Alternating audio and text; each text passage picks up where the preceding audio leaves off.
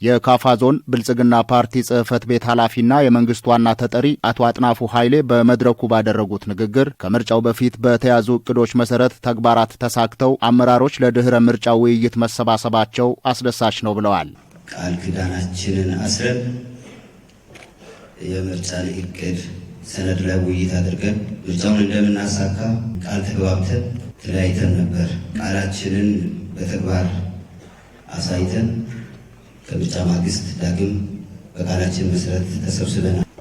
የተሰጠንን ተልዕኮ 100% አሳክተን አንድም ነገር ሳይሸራረፍ እዚህ ተገኝተናልና ይህ ትልቅ ድላችን ማለት ይችላል። ፓርቲው ከሌሎች ተፎካካሪ የፖለቲካ ፓርቲዎች ጋር ያለው ግንኙነት ጤናማ እንዲሆን መሰራቱን ተናግረው ያጋጠሙ ችግሮችን በውይይት በመፍታት ስኬታማ የምርጫ ተግባር ማከናወን ተችሏል ብለዋል። በየደረጃው የሚገኙ ተፎካካሪ የፖለቲካ ፓርቲዎች የጋራ ምክር ቤቶች ስራቸውን በአግባቡ ማከናወናቸውንም ተናግረዋል። የምርጫን እቅድ ከማዘጋጀት ጀምሮ በተለይ ስልጠናዎችን እስከ ታችኛው ማህበራዊ መሰረት ከማድረስ አንጻር የፓርቲያችን ማኒፌስቶ በሚገባ ከህዝባችን፣ ከአባሎቻችን፣ ከደጋፊዎቻችን ጋር በደንብ በማቅረብ በመግባባት በመነጋገር ተፎካካሪ ፓርቲዎች በኩል ያለንን ግንኙነት ጤነኛ በማድረግ የጋራ ምክር ቤት ከዞን ጀምሮ እስከ ወረዳ ድረስ በማቋቋም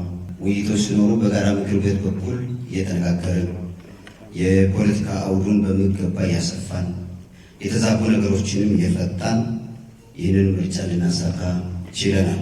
በሰባተኛው ጠቅላላ ምርጫ ከመራጮች ምዝገባ እስከ ድምፅ አሰጣጥ የነበሩ ተግባራት በጥንቃቄ ተመርተዋል ያሉት አቶ አጥናፉ የተመዘገበው ህዝብ በአግባቡ እንዲመርጥ መሰራቱንም አመላክተዋል። ከምዝገባ ጀምሮ እስከ ድምፅ አሰጣጥ ድረስ የነበሩትን ሂደቶችም በጥንቃቄ መርተናል። በተለይ ከዞን ጀምሮ ያቋቋምነው የጋራ ምክር ቤት እያንዳንዱ አካባቢ የሚፈጠሩትን ችግሮች በገለልተኝነት እየዳኘ በገለልተኝነት እየገመገመ ችግሮችን እንዲፈታ በመንግስት በኩል የሚደረገውን ድጋፍ እየተደረገ ከሀብት ምደባ ጀምሮ የተለያዩ ድጋፎች እየተደረጉ እኛም እንደ ፓርቲ እንደ አንድ የምክር ቤቱ አባል በእኛ በኩል የሚደረገውን እገዛ እያደረግን ምርጫችን ውጤታማ እንዲሆን ትልቅ ዋጋ ከፍለናል። የድህረ ምርጫ ወቅት መንግስት የሚመሰረትበት በመሆኑ አፍራሽ ኃይሎችን መከላከል እንደሚገባ አሳስበዋል። ድህረ ምርጫ እስከ መንግስት ምስረታ ያለን ጊዜ ያካትታል።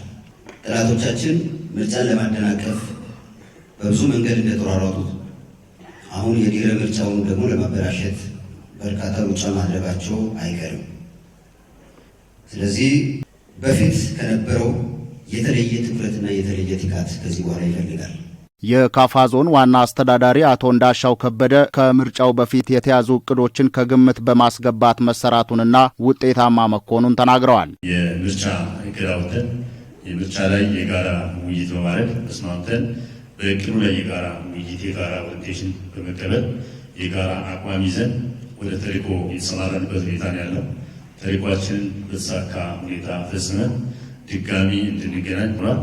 ስለዚህ ተልዕኳችንን ስለፈጸም እንኳን ደስ ያላችሁ። ምርጫው በሰላማዊ መንገድ እንዲከናወን ከፌዴራል ጀምሮ ከሚገኙ የፓርቲው አመራሮች ጋር በቅንጅት መሰራቱን ጠቁመዋል። በፌዴራል ጀምሮ የክልል አመራር፣ የዞን አመራር፣ የወረዳ የቀበሌ በቅንነት ቁርጠኛ ሆኖ የመራበት አግባብ ነው ያለው። ይህን ከላይ እስከታች በተቀናጀ መልኩ የመምራቱ ጉዳይ ልምድን የሚወስድበት ነው። ለአመራራችን ያው ምስጋና ያስፈልጋል ማለት ነው። በዚህም ህዝቡ በተለያዩ ማህበራዊ መሰረቶች ተሳትፎ ማድረጉን በመጠቆም መገናኛ ብዙሃንም ለምርጫው መሳካት አስተዋጽኦ ማድረጋቸውን ተናግረዋል። ሚዲያ በአግባቡ ሰርቷል። ከህዝብ ጋር የተለያዩ መረጃዎች ተፈጥረዋል።